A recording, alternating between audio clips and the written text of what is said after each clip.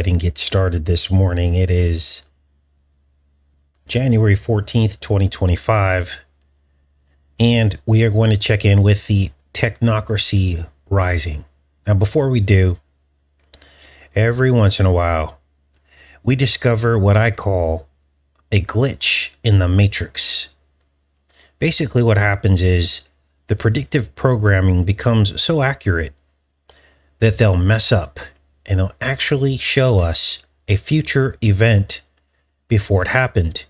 Now, many of you guys saw this video that I'm going to show you next of a woman driving out of a tunnel and into the fire.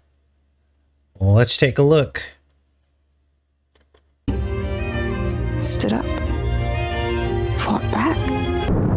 Oh my God.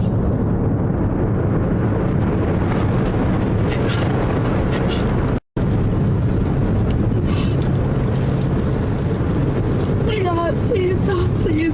Oh my God. Now, what you don't realize when I showed you this video was that this clip was right out of the movie.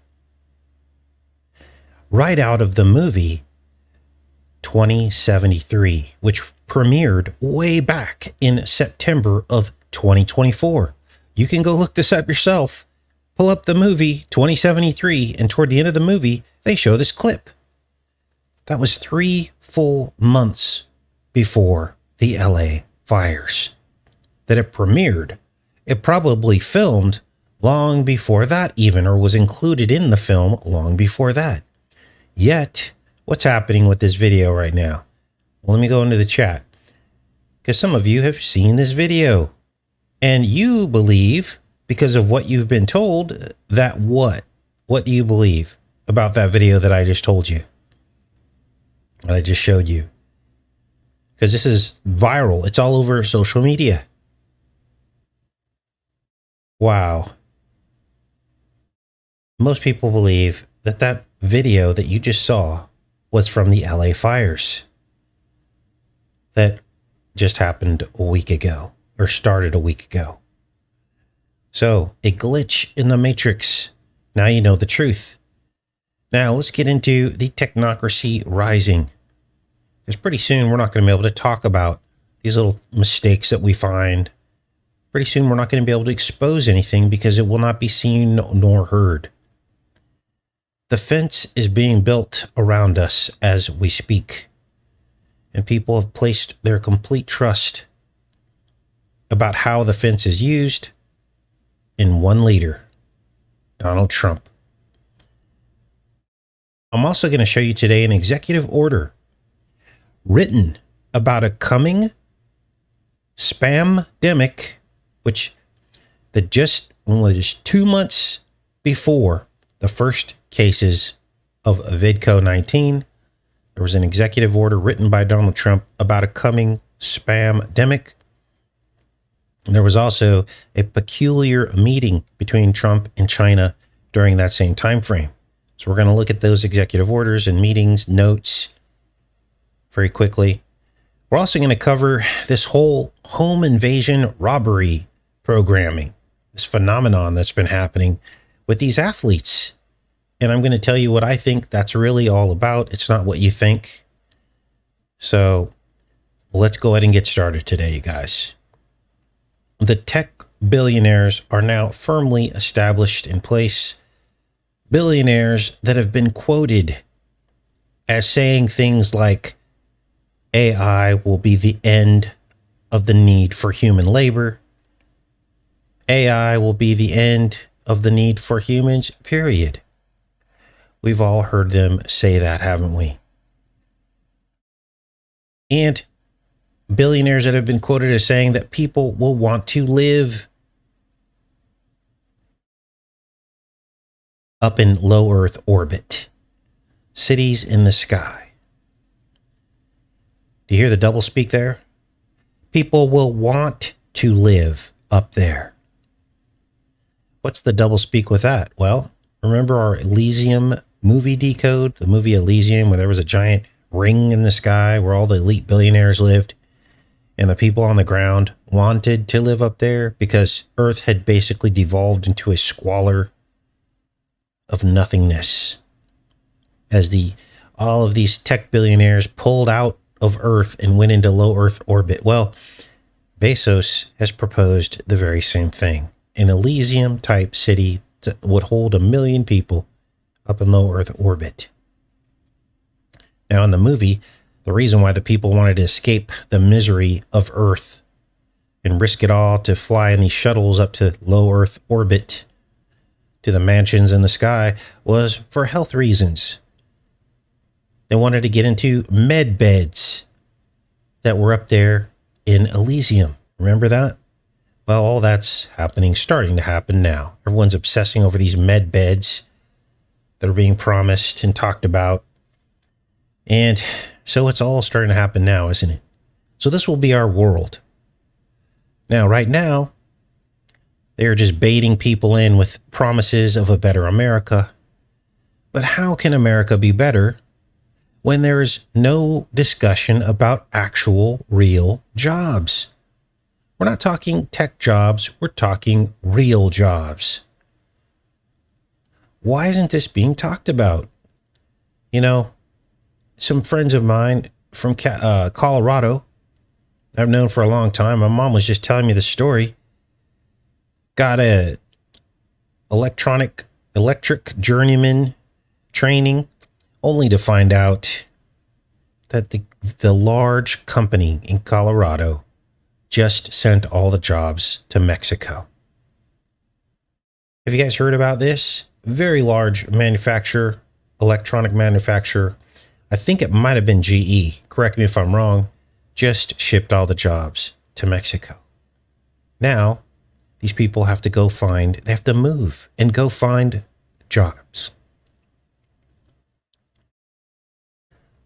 So this is happening as we speak. And I understand this is happening under the Biden administration, but will Trump reverse all this? That's not being talked about right now. What is being talked about is the rise of the technocracy. So these technocratic jobs to build the beast. Let me give you an example. Trump just introduced this guy a few days ago. One of just a long list of billionaires. And what this guy is saying is that he's going to invest tens of billions of dollars in America. He's from the United Arab Emirates. Trump introduced him at Mar-a-Lago. And he wants to build AI data centers all over the United States. Many of you have already seen this video of Trump introducing this guy. Now, this guy just so happens to be one of his close friends, self-admittedly. Why do you think they need so many AI data centers?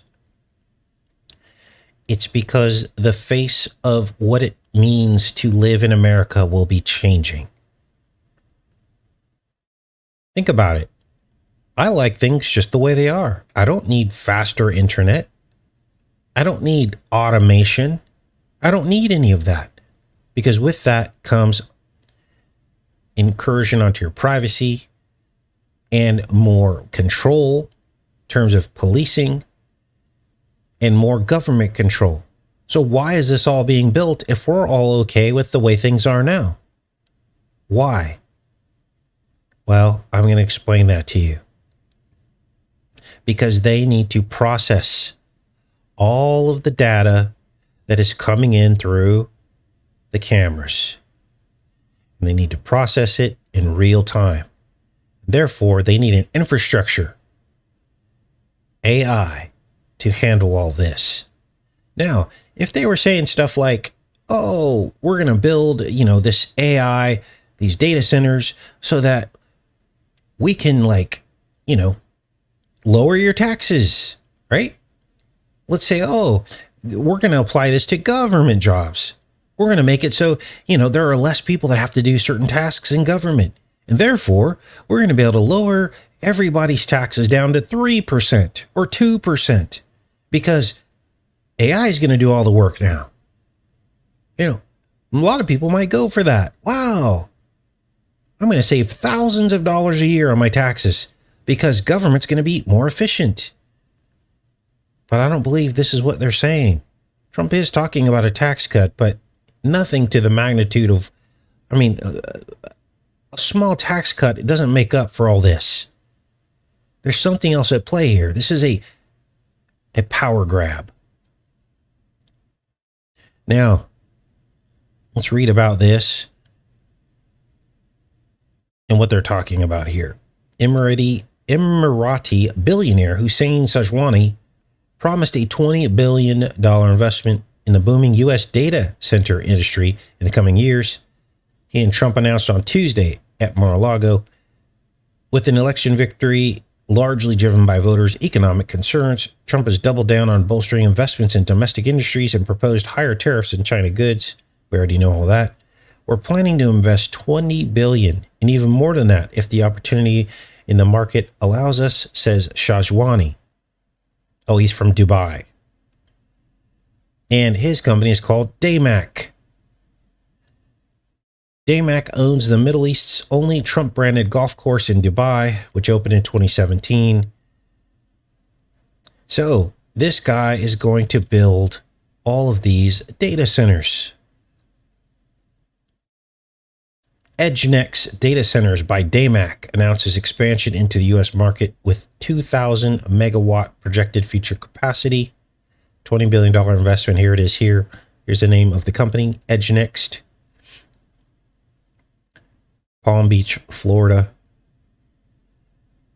So, what do these data centers do? Well, in the introduction that Trump gave to this guy, he said it was for artificial intelligence. This is also cloud storage. Southerners store our health data. I'm going to put all this together for you about what their plan is so you can understand it clearly. We're going to look at all the billionaires, what their roles are, what they're working on, and we're going to put all the puzzle pieces together, and you're going to see a picture of our future. It's not the future that I want. So here's what data centers do. Computing, networking, and storage. Okay. This is very electric intensive, needs a lot of power. And this is our future. To store, manage, and distribute an organization's critical data and applications by housing computing equipment like servers, storage systems, networking devices, allowing for centralized access and processing of information across a company system. Now, the dead giveaway here is that they announce that these data centers are going to be all over the United States. That's the dead giveaway. He named like 6 or 7 states in which he's building these data centers. So that is the mechanism and web of control. Now, sadly, many people have bought the lie, and they are now begging for peace and security. After the beast has destabilized American life with homelessness and crime, it's all been allowed to happen for a reason. The border. What I'm realizing now is that people are welcoming the cameras and surveillance because they truly believe that it's the only way that they can have peace and security. And they actually believe that it's only the Democrats that had a part in destabilizing American life. You guys, Republicans had plenty of opportunities to solve the problem. We came up with our own solutions here of how to solve the problem. Trump could have solved the problem in his first term by fighting the fight of national security to reduce or eliminate, force all states to eliminate any benefit that was drawing illegals across the border and criminalize anyone helping an illegal. Guess what? Then they all go home. Right? I mean, think about it. You can do that under national security. That should have went to the Supreme Court under his first presidency. They won't solve the problem because they already have a solution. And the solution that they have is the technocracy, which we don't want because that's going to be applied to all of us, not just illegals. Most people fail to realize that the Democrats are simply the other side of the paradigm to enable the control. They're playing their part. They're playing their part of extremism. on purpose. It was all done intentionally. This is why the Democrats seem so extreme to us on the right, because they're doing it intentionally. It's to usher in the beast, which by now you're starting to realize is artificial intelligence. Because what do you call artificial intelligence? It's called it. And it's the only way that they can promise peace and security, with cameras and surveillance. Now, sadly, many people have given up. I'm reading a lot of comments in the comments section. People saying, well, there's nothing we can do. This is all God's will. All this has to happen. It has to come to pass. And I understand all that. But if that was the case, then Jesus and the disciples would have just packed up and left, right? They would just say, oh, this has to happen. But if you read the gospel, a central part of the gospel message were the stern warnings about the things to come. And it was only then that people realized the call for repentance, because they realized that there was no hope in this present system and that Christ's kingdom was the only kingdom that could stand. Without the warnings of the crumbling system that Jesus repeated over and over and over again, you can go back and read the gospel, which is exactly what we're doing now. We're just telling you about the crumbling system. Without that knowledge, you don't think you need repentance. You start believing in this world and gold and crypto and Trump's good and I trust him. And right? I mean, somebody correct me if I'm wrong. But that's what I read in the gospel. There were many times when Jesus called out the system. It wasn't just kumbaya. It wasn't just, I love you and I'm going to heal you. There was the other side of it. Otherwise, people don't realize they need a savior. He talked about how the devil controlled the world. He warned about the future world. He told us why we needed a savior. And I see people simply giving up on the whole warning part of the gospel, just settling in for the ride, saying, I'm already saved. Who cares about everyone else? I'm prepared. We can't ever give up on that, because you can't just give one side of the gospel. You also have to talk about the warnings. Otherwise, there will be souls that will not find the gospel unless it is delivered with the warning about the end times and what we're going through right now. Now, data centers. This is not good. The technocracy is full steam ahead. And let's check in on Elon Musk. Are you ready for this? Elon Musk has now implanted his third Neuralink. Now, understand that eventually Neuralink will use frequencies to modulate your health, and it will be hailed as Jesus-like healing.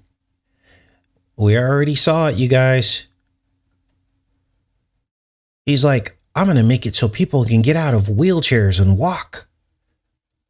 That's exactly what Jesus did as the crutches fell away. And this guy wants to be the next Jesus. We already know how these people think. When another tech billionaire literally came out and said he had done more than Jesus, the Venmo tech billionaire. He said he had done more for humanity than Jesus himself. Pure blasphemy. So Musk says that Neuralink's implanted its third patient with a brain device. Let's read this, and then I'm going to put all this together so you can understand what's coming, or maybe I won't because it's behind a paywall.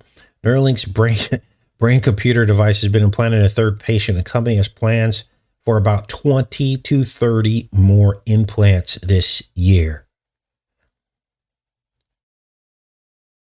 So, what is the final goal of the technocracy? Let's put it all together, because to me it's obvious, because each billionaire is playing their role. We're going to look and talk about and discuss each billionaire's role, and we're going to put all of it together so you can see the whole picture. because the Venmo billionaire that we covered in that documentary a week ago, he already showed his hand, didn't he? He blamed the problems with human health on willpower. He literally said that people's lazy minds have failed them, and they lack the willpower to make healthy choices in how much we eat and what kinds of food we eat. So, problem solved with Elon Musk's brain chip that will modulate your health. It will erase painful memories, give you a sense of fulfillment and well-being, and curb appetites and make food that previously you didn't like to eat. It'll make it palatable. It'll make it taste good, right? And this is why billionaires aren't stressing about AI replacing humans. They're not stressing about, oh, what will humans do now? Because they'll offer you a chip that makes you not care if you work anymore or not. And then the Google billionaires will come in and track all of your health, because all of that, we exposed all of that to make sure you're on track. It'll all be in the database and linked with your chip. And then that's where Bill Gates comes in his bug farm, in his cardboard food. And this is why he bought up a bunch of prime farmland along the Mississippi River in Arkansas. Oh, you don't want to be mind controlled and told what to eat by a chip in your brain? Well, good luck protesting that, because this is where Peter Thiel comes in to enforce against any dissent with his AI, drones, and surveillance system and biometric scanning and facial recognition. And that will be linked into your brain chip as well. So what's Zuckerberg's part? Well, Zuckerberg and Musk will own all of social media, which will strictly be used only for entertainment, not thoughtful discussion. Musk is actually already talking about purchasing YouTube. So there'll be like a monopoly on the owners of all social media. So what's Bezos's job then? Well, if things get too out of hand in terms of safety concerns, after the world realizes that they're essentially living in an open air prison, Bezos he has that covered, because he's working on the Elysium project, the low Earth orbit gated communities that we talked about earlier, that can hold 1 million people. Wow. Now, you have to ask yourself, if you don't think this is going to happen, then why are all the billionaires working on these exact projects? Why does it all fit together like a puzzle? Now, some of you are probably asking the obvious question. Why would they even want to keep us around anymore if this is going to be our life? Well, once again, the Venmo billionaire spilled the beans in that documentary. Basically, they want young blood. And they'll make up scenarios so that you don't actually realize that they're infusing our blood. They'll say, oh, it's a blood drive for research to extend life for all of us. Or they'll say it's a blood drive for a war effort because we have dissidents who don't want to go along with the system. So we need blood. And then they'll use that blood to extend their own lives. The guy told us already what they want to do.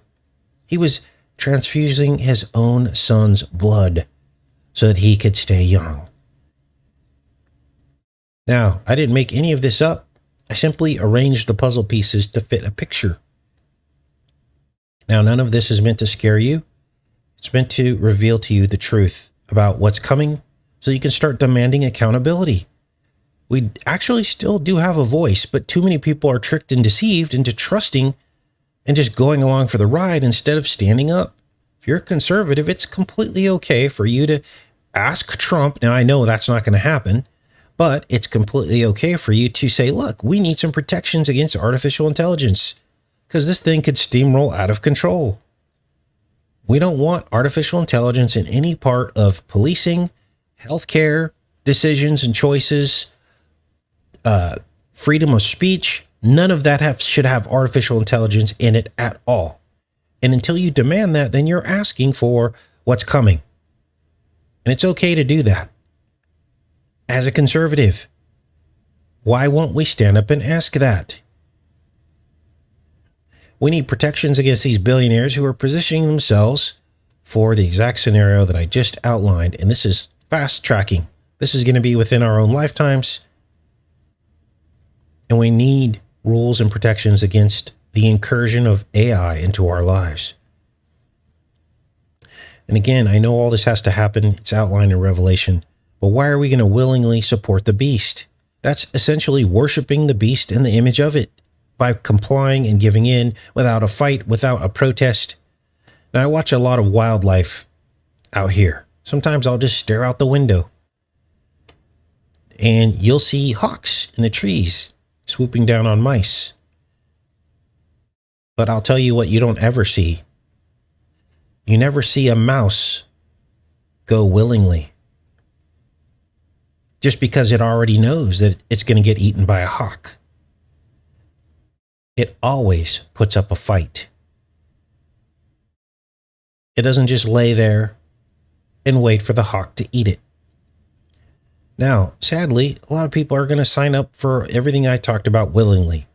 They're going to accept the mark willingly because the world order has done an effective job in providing humanity with the tools of our own destruction. Through the food, through the insatiate appetite for entertainment, through the relentless dangling of the carrot of riches, which essentially leaves most people empty when they don't achieve it. They feel substandard, or they get exhausted trying to find it and keep it. And so people are going to accept the mark of the beast solutions because they're tired of being depressed, they're tired of being overweight, and they're tired of feeling unfulfilled. Now, all these billionaires are playing their role. Now they're marching out Steve Bannon. Steve Bunyan, I call him. Won't go away. And he was released from prison just in time to play his role, which is to oppose Musk. They have to give the impression, because remember, this is a chessboard for these people. You can't play a move unless you have an opposing player, right? Because that makes it seem real to everybody. But what they don't tell you is that the final move has already been predetermined. So now Steve Bunyan is condemning Musk as a racist and truly evil. See how this works? Playing his role. It says in an escalation of discontent among the highest profile far-right followers of Trump, this former advisor Steve Bunyan has called Trump's newest favorite, Elon Musk, a racist and a truly evil guy. Now, we all know some of that's true, but they are all like this. It's not just him. That's the big secret. Now, remember that video that we did? We did lots of videos on amnesia and the forgetting. Remember that? Erasing our brains. We did all this stuff on the Erase Your Brain tour by Taylor Swift, where people showed up to the concert and they forgot what was in the concert. Remember all that? And it's called Erase Your Brain or Eras tour. Like, it's so obvious if you just sit and think about it. Well, look at now what they're saying. Researchers have found a way to help erase bad memories, just like we said was going to happen. Let's read. Being able to erase bad memories and traumatic flashbacks could help in the treatment of a host of different mental health issues.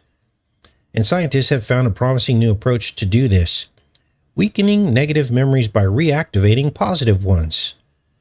In an experiment covering several days, an international team of researchers asked 37 participants to associate random words with negative images before attempting to reprogram half of those associations and interfere with the bad memories. Wow. So, this is what's happening, you guys. This will be part of it. This will probably be part of the Neuralink as well.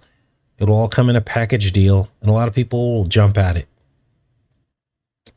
Let's get into Trump's executive orders. from 2019 and his meeting with China in 2017.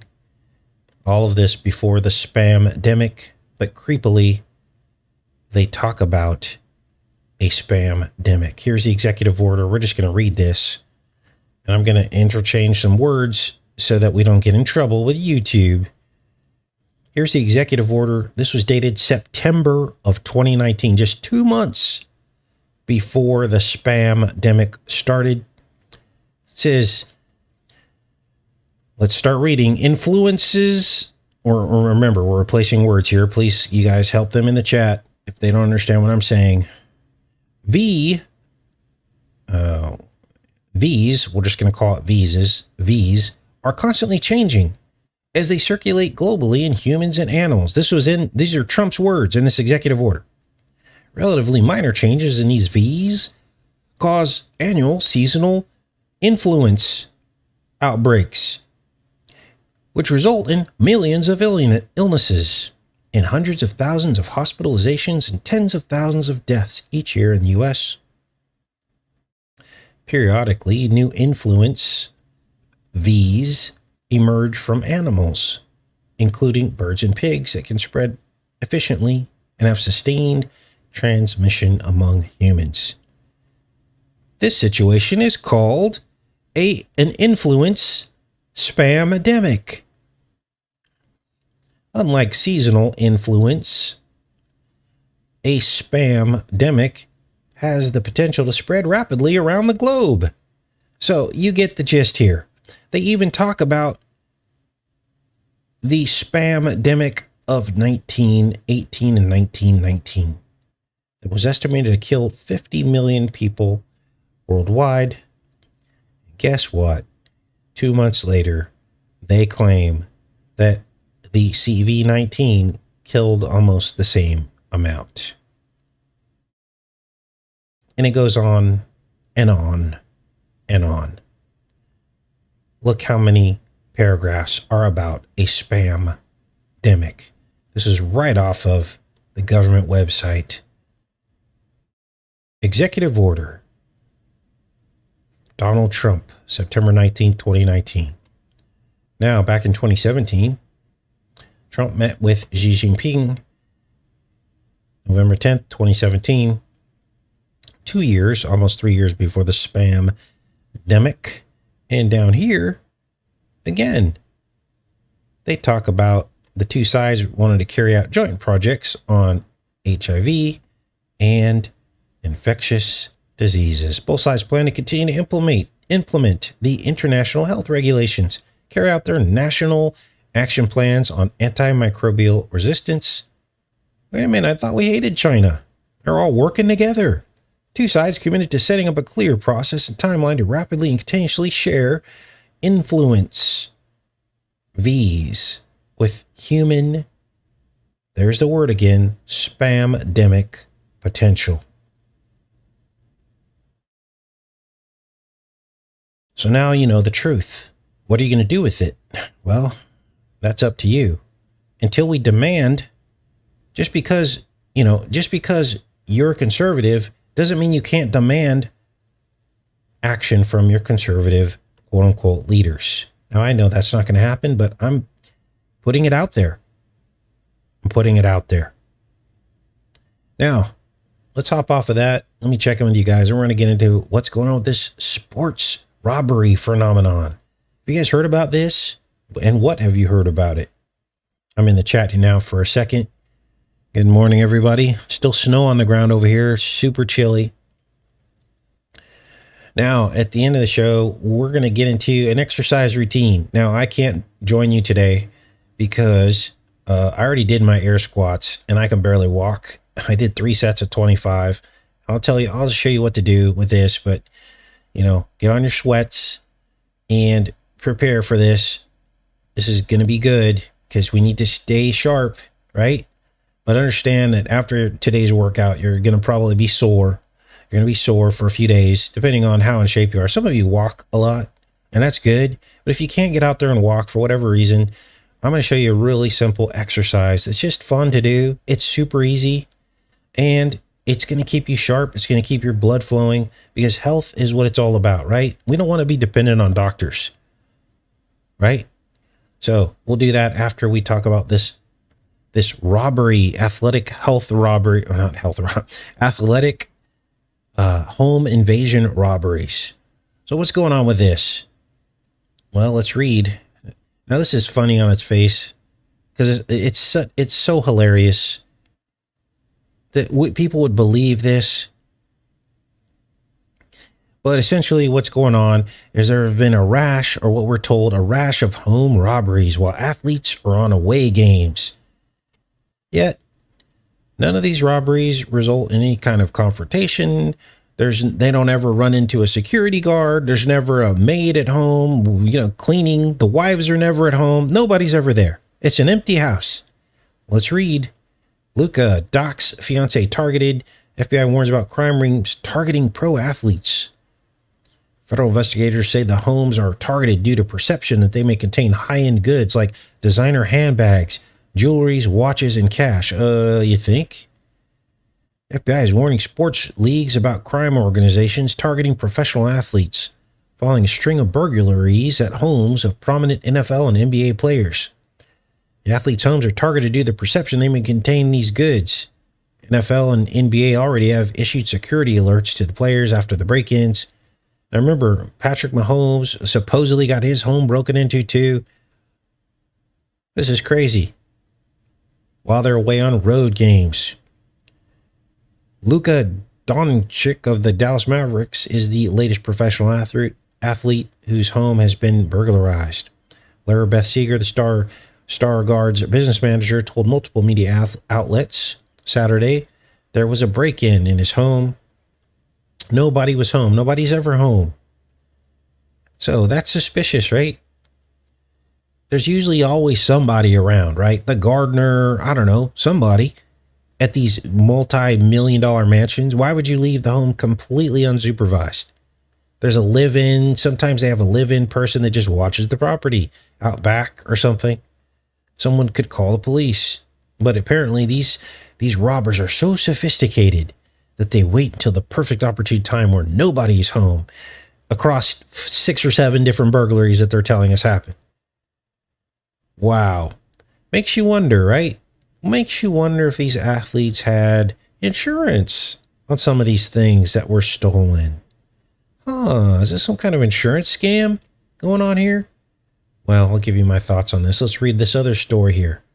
Burglary suspects dressed as firefighters arrested in LA fire zone. So same thing is starting to happen during the LA fires. Now, what are my thoughts on this? Well, part of it could be some kind of scam, but I think what this is really about is predictive programming for people to accept intimidation tactics to silence dissent. I don't think these robberies are real.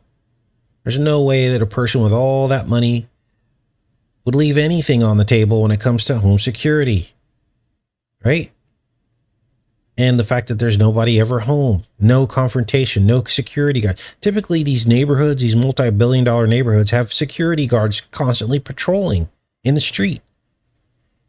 And then they're also talking about the level of sophistication of these robberies. Like literally, they're saying that these people had jammers, that they jammed the cameras in the internet, and that they would pose as different like utilities.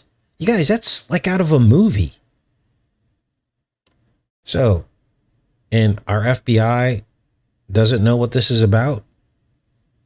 They haven't, they want all this surveillance for people like us. And meanwhile, they're claiming that they've got these elaborate schemes and they can't catch these people.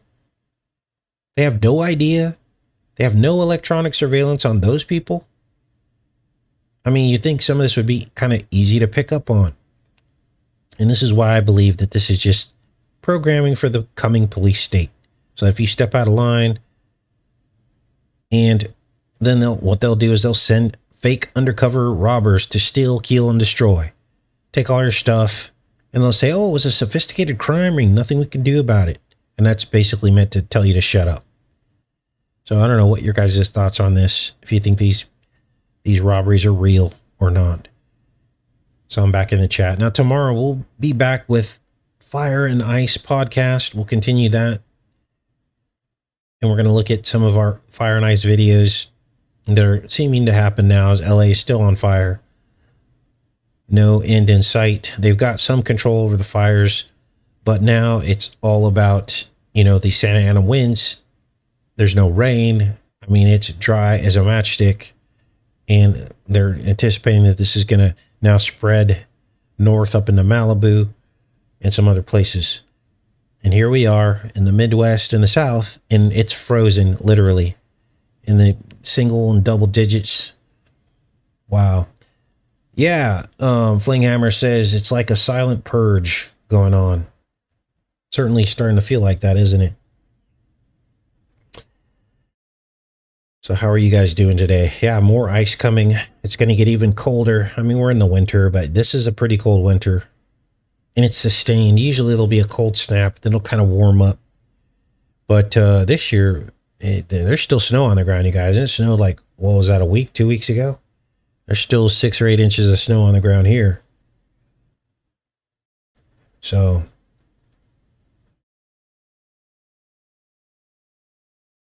yeah. Wow, negative 20 in Minnesota.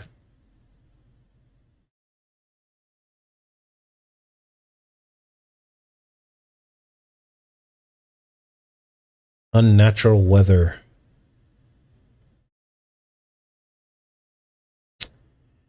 Yeah. Oh, okay. So, guys, ready for exercise routine? Now, again, I can't do this with you because I did mine yesterday and I could barely walk. So I got to get some kind of, regular.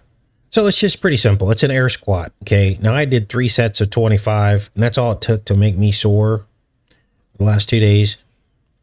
But essentially what you want to do is you just want to stand up straight, space your legs apart a little bit, and you want to basically, what I would do is like put your back to your bed, and just in case you fall backwards, you fall right under your bed, right?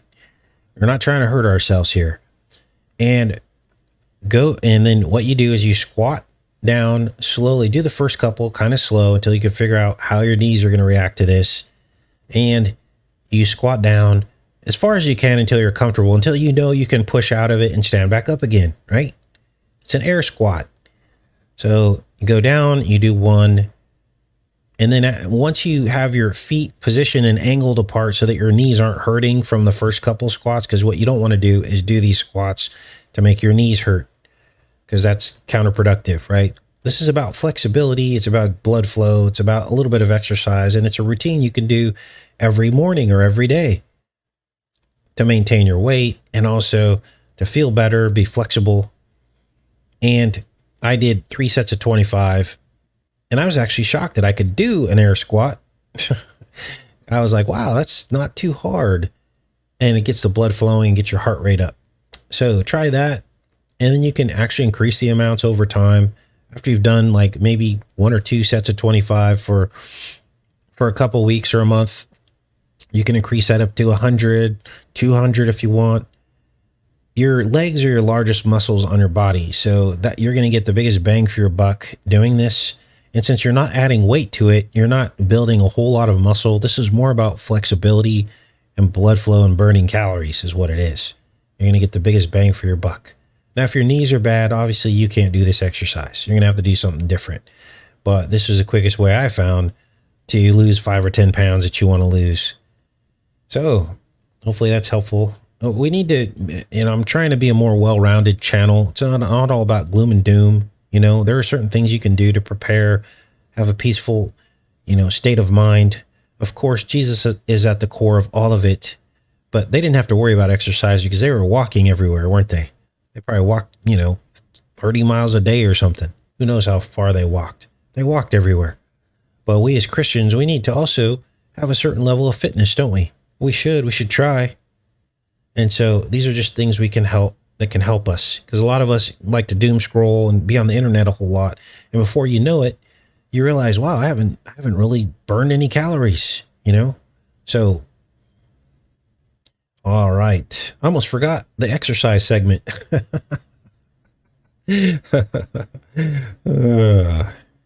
See? All right.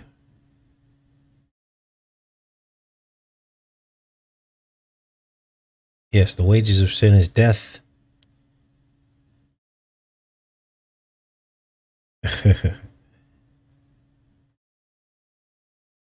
So, did any of you guys try it while you're watching the show? How did it feel? Let's get your feedback. Did you do some air squats? Hopefully none of you fell over. Fun times, you guys. Fun times.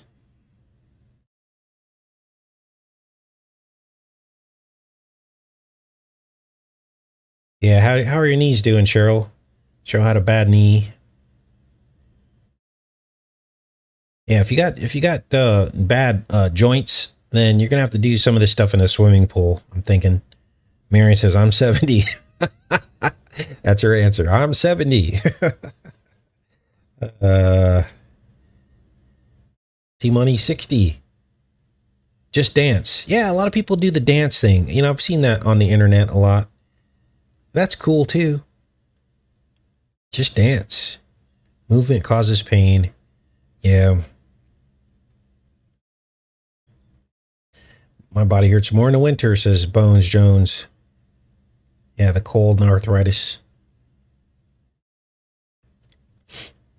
Bad knees, yeah. I guess I've been kind of blessed with that. I haven't really had the bad knees. I played a lot of basketball back in the day. Full court basketball up into my mid 30s, maybe early. No, I guess I was in my 40s. And then, you know, when you don't have access to that stuff anymore, you just stop doing it. But, yeah. All right, you guys, we're going to pop off here. Tomorrow will be Fire and Ice, the podcast. So I can't wait to show you guys the next several videos in that. I'll put links to all this in the pinned comment. I hope you guys have a great rest of your day. Much love.